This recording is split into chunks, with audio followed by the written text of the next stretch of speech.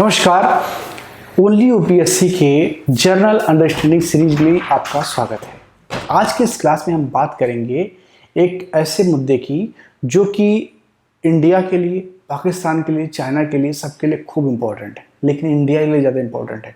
क्योंकि दिक्कत ये है कि ये एक तो ये छोटी आंख वाले, मैं रेसिस्ट नहीं हूँ। छोटी आंख का मतलब मैं सिर्फ चाइना को बोल रहा हूँ। हमारे इंडिया में भी बहुत सारे लोग छोटी आंख के रहते हैं, मैं उनके भावनाओं को आहत नहीं करना चाहता हूँ। और दूसरा, हमारा एक पड़ोसी भगंदर जो एक बीमारी के तरीके से भारत को परेशान करता रहता है, पाकिस्तान। इन दोनों ने मिलकर के एक नई साजिश रचने की कोशिश की है। ठीक है, तो हम बात करेंगे कि वो साजिश क्या है। थंबनेल में आपने देखा होगा कि मैंने वहां पर लिखा है कि पाकिस्तान और चाइना ये ट्राई कर रहे हैं एक ऐसा नेटवर्क बनाने की जिस पर वर्ल्ड वाइड ये भारत की छवि को खराब कर सके। नॉट इवन इंडिया, इसके अलावा ये इजराइल, यूएस, इसके खिलाफ भी प्रोपेगेंडा बनाने की साजिश रच रहे हैं। अब क्या इससे इनको फायदा क्या होगा, इससे क्या ये क्या हासिल करना चाहते हैं, और ये दिमाग जो है वो लगा क्यों रहे हैं, और पाकिस्तान जैसे एक बिना सोचे समझे काम करने वाले देश के दिमाग में ऐसी बात आई कैसे, इसको जानते हैं। तो इसके पीछे भी भारत है। आपने अपने आसपास या जो है गांव में हमने तो खूब सारी ऐसे चीज़ें देखी हैं कि अगर दो भाई हैं, एक भाई उसमें से होशियार है, पढ़ा लिखा है, मेहनत करता है और लगातार सफलता की सीढ़ियों को चढ़ रहा है, और दूसरा भाई जो एकदम लफंगा है, कुछ काम नहीं करता है, तो झगड़े लड़ाई करता है। वो जब देखता है कि उसका जो दूसरा वाला भाई है वो कुछ अच्छा कर रहा है, वो कार खरीद के ले आया, तो दूसरा वाला कर्जा लेके कार ले आएगा। ठीक है, चाहे कल को उसको जेल में जाना पड़े, लेकिन वो ये दिखाएगा कि अच्छा उन भाई के पास पैसा, तो हम भी लेके आएंगे, कार दिखाएंगे कि हम भी बड़का आदमी बन गए हैं। वो चाहे कर्जा लेकर के आए। पाकिस्तान की यही स्थिति हो गई है। अब हुआ क्या कि अभी कुछ दिन पहले भारत ने एक डीडी इंटरनेशनल लॉन्च करने की बात की। क्या? DD international. ठीक है, डीडी इंटरनेशनल। तो डीडी इंटरनेशनल के जरिए हिंदुस्तान क्या करेगा कि अपने बात को पूरी दुनिया के सामने रखेगा। जैसे बीबीसी रखता है ब्रिटिश गवर्नमेंट का पक्ष। ठीक है, तो ये क्या है, ब्रिटिश गवर्नमेंट का पक्ष रखता है। इसी प्रकार से फ्रांस 24, ठीक है, voice of America, voice of America, या अल जजीरा, अल जजीरा, ये कतर गवर्नमेंट के द्वारा स्पॉन्सर्ड है। ठीक है, अल जजीरा, ये लोग, और ग्लोबल टाइम्स चाइना का। ठीक है, ग्लोबल टाइम्स, ग्लोबल टाइम्स। ठीक है, तो ये क्या है, ये ऐसे न्यूज एजेंसीज हैं जो अंतर्राष्ट्रीय लेवल पर सरकार का मुखौटा बन के काम करते हैं। वर्तमान में इंडिया के पास ऐसा कोई सिस्टम नहीं, कोई ऐसा ऑर्गेनाइजेशन नहीं है जो वर्ल्ड वाइड इस तरीके से काम करता है। तो भारत सरकार ने उस ओर अपना रुख किया है। आप मीडिया की इंपॉर्टेंस को समझते होंगे कि मीडिया का इंपॉर्टेंस क्या है, क्योंकि मीडिया ही एक ऐसी चीज है जो समाज को धारा देती है, करेंट पैदा करती है, उनके विचार को भी परिवर्तित कर सकती है, उनके विचार को पॉजिटिव कर सकती है, उनके विचार को नेगेटिव कर सकती है। हम सोशल मीडिया के दौर में इस बात को खूब अच्छे से समझते हैं। जो इस टीवी और सोशल मीडिया से दूर है उनके लिए नई बात हो सकती है, लेकिन जो इससे जुड़े हुए हैं, कनेक्टेड हैं, वो इस बात को बखूबी समझते हैं कि मीडिया का रोल किस तरीके से होता है नैरेटिव बिल्ड करने में। अब जब बात किसी देश के अंदर की होती है तो बहुत सारे लोकल मीडिया एजेंसीज होते हैं जो नैरेटिव बिल्ड करने के लिए काम करते हैं। कोई फला पॉलिटिकल पार्टी के लिए काम कर रहा है, कोई ढका पॉलिटिकल पार्टी के लिए काम कर रहा है। लेकिन जब बात इंटरनेशनली होती है तो देश का पक्ष कौन रख रहा है, ये इंपॉर्टेंट होता है। और जरूरी होता है कि एक ऐसा मीडिया प्लेटफॉर्म हो जो उस सरकार के बात को, उसकी पॉजिटिविटी को, उसके नैरेटिव को दुनिया के सामने एज इट इज रखे। वर्तमान में है क्या कि हमारी जो न्यूज एजेंसियां हैं वो दिखाती हैं कि भारत सरकार का पक्ष क्या है, वो निष्पक्ष होकर के भारत की बात को रखती हैं। लेकिन जो ये बड़े प्लेटफॉर्म हैं जो वर्ल्ड वाइड काम करते हैं, ये किसी ना किसी प्रोपेगेंडा और अपनी विदेश नीति के मुताबिक ही चीज़ों को आगे बढ़ाते हैं। ऐसे में हमें अगर जो है अपने आप को, अपना पक्ष दुनिया के सामने रखना है तो हमें इनसे आगे निकलना होगा या इनके लाइन में जाकर के खड़ा होना होगा। नहीं तो ये अपना एजेंडा चलाते रहेंगे और हमें बस इनके शरण में ही जाना होगा। तो भारत सरकार ने इसीलिए डीडी इंटरनेशनल लॉन्च करने की बात की। ठीक है, तो इस क्रम में भारत सरकार बहुत बड़ा एक प्रोजेक्ट लाने जा रही है। वो world wide TV network, social media, radio, इन सब के जरिए वर्ल्ड वाइड अपना एक पक्ष रखेगी डीडी इंटरनेशनल के थ्रू। अच्छा, अब पाकिस्तान जिसके यहाँ नारा लगता है कि हम घास की रोटी खाएंगे, परमाणु बम बनाएंगे। जब भारत ने परमाणु परीक्षण कर लिया तो उनके यहाँ नारे लग रहे थे। वो आज भी भारत से इतना खुन्नस खा के बैठे हैं कि भारत ने ये किया तो हम वो कर लेंगे। लेकिन भारत से कभी अच्छी चीज़ नहीं सीखते हैं। वो ये नहीं सीखते हैं कि भारत ने किस तरीके से पूरी दुनिया में सॉफ्ट डिप्लोमेसी की एक मिसाल पेशकश की है। वो तो गन, बारूद, बंदूक और जो है जिहादी पाठ पढ़ाने में लगे हुए हैं। तो भारत से कुछ अच्छी चीज़ भी अगर पाकिस्तान सीख ले तो हो सकता है उसको कुछ भला हो जाए। लेकिन कहाँ, कुत्ते की पूंछ सीधी नहीं होती है। अब पाकिस्तान के पास इतना पैसा भी नहीं है कि वो कुछ ऐसा स्पॉन्सर कर पाए, कुछ बना पाए। अब पाकिस्तान जब नहीं कर पाता है तो वो 2-3 उसके चच्चा हैं, उनके पास भागता है। एक तो तुर्की वाले एर्दोगन साहब हैं, तो उनकी भी हालत कुछ खस्ता है। और सऊदी अरेबिया ने पहले लात मार के पाकिस्तान को भगा दिया। अब पाकिस्तान के पास कुल मिलाकर के वही छोटे आंख वाले चच्चा बचे जिनपिंग। अब जिनपिंग के पास गए कि ऐसा है, आप भी एक नेटवर्क बनाइए।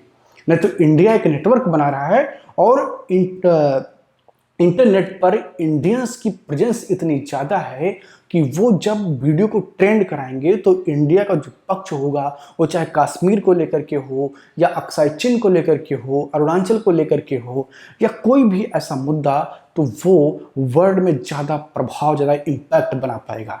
अभी जाकर के कानाफूसी चाइना से करना शुरू किया। अब चाइना का काम है कि अच्छे काम में जाकर के विघ्न डाल देना। ये तो चाइना का पुराना काम है।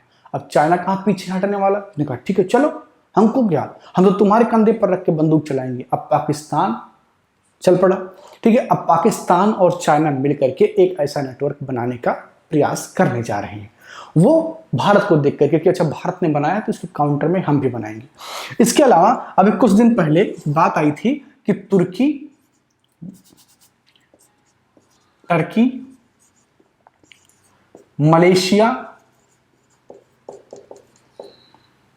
टर्की और मलेशिया ये मिल करके, और पाकिस्तान, टर्की, मलेशिया और पाकिस्तान मिल करके एक नेटवर्क बनाएंगे, एक न्यूज नेटवर्क बनाएंगे जो इस्लामोफोबिया के खिलाफ काम करेगा। यानी कि इस्लामोफोबिया का मतलब कि इस्लाम का जो डर दिखा रहे हैं उसके खिलाफ जो है वो काम करेगा। यानी कि लोगों को ये समझाएगा कि इस्लामोफोबिया तो ऐसे ही फेंका हुआ नैरेटिव है, इसका कोई मतलब नहीं होता है। इस्लामोफोबिया का कोई मतलब नहीं होता है। कोई जो है एक अदना सा लड़का एक जो है AK-47 लेकर के लाखों लोगों को मारने का प्रयास करता है, अपने शरीर में बम बांध के खुद को और हजारों लोगों को मारने का प्रयास करता है। वो क्या है? वो इस्लामोफोबिया नहीं है, वो कट्टर इस्लाम नहीं है। इसके खिलाफ वो बात करने के लिए ये बना रहे हैं। अब इस योजना की पूरी हवा निकाल दी मलेशिया ने। मलेशिया पीछे हट गया। मलेशिया पुनः उस कट्टर इस्लाम से दूर जाता हुआ दिख रहा है और वो लिबरल रास्ता अख्तियार कर रहा है। और रही खसी जो है बात थी, उसको तुर्की ने बर्बाद कर दिया। तुर्की ने भी बहुत इंटरेस्ट नहीं दिखाया। अब जो पाकिस्तान काठ का उल्लू है, ये वहां भी बेवकूफ़ बन गया और वहां से बिल्ला मार दिया गया।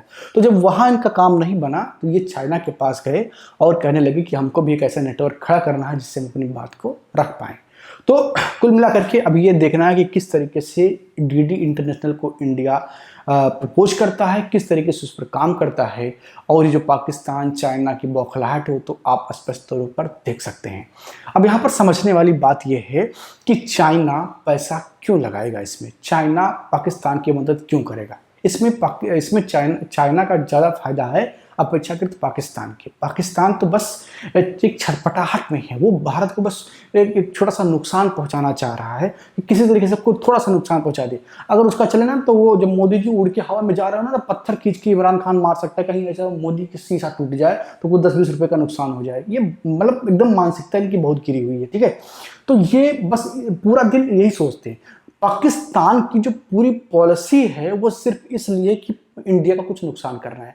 अरे महाराज, अपने यहाँ भी कुछ विकास कर लो। टमाटर 400 रुपए किलो बिक रहे हैं, उसको देख लो।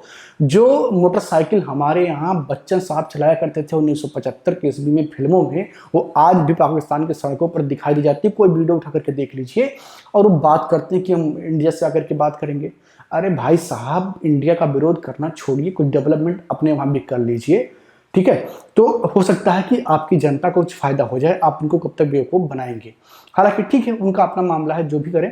तो चाइना का इसमें फायदा ये होगा कि चाइना का जो पक्ष है, कोरोना वायरस जब चाइना ने पूरी दुनिया को दे दिया, भले ही गलती से उसके निकला, लेकिन वो बना इसीलिए रहा था कि दुनिया को परेशान करेगा।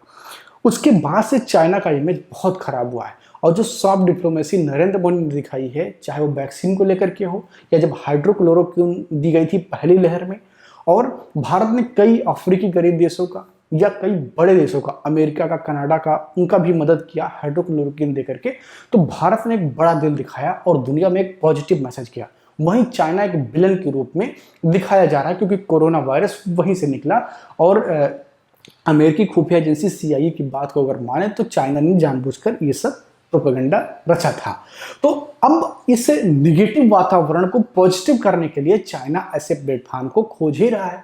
अब उसमें अगुआ बन गया पाकिस्तान, तो खुश हो गया कि चलो गधा हमारा साथ दे रहा है, तो उसका वो फायदा उठा लेते हैं। अब होगा क्या कि पाकिस्तान नेटवर्क का मुखिया बनेगा, पैसा लगाएगा चाइना, पाकिस्तान पूरा दिन चाइना का राग गाएगा। अरे चाइना बहुत अच्छा है, चाइना ये कर रहा है, चाइना वो कर रहा है, और उइगर मुस्लिम को भूल जाएंगे, पूरा दिन इस्लाम इस्लाम चिल्लाएंगे, मस्जिद में बैठ के 1 घंटे से ज़्यादा ही हल्ला करेंगे, शोर करेंगे, लेकिन उइगर मुसलमान की बात नहीं करेंगे, और पूरा दिन चाइना का राग दरबारी गाएंगे। अरे मिट जाओ तुम, तुमसे अच्छा तो बांग्लादेश वाले हैं जो कम से कम प्रोटेस्ट तो कर रहे हैं उइगर मुसलमानों के समर्थन में। तो पाकिस्तान की तो बात करना ही बेकार है। ये पूरा प्लानिंग जो चाइना का है वो चल रहा है, ठीक है। तो ये वीडियो आपको कैसा लगा लिख करके कमेंट बॉक्स में जरूर बताइए। हमारा ये प्रयास आपको कैसा लग रहा है, जनरल अंडरस्टैंडिंग सीरीज आपको कैसा लग रहा है ये भी बताइए। अगर नए हैं तो चैनल को सब्सक्राइब कर लीजिए, बेल आइकन को प्रेस कर लीजिए।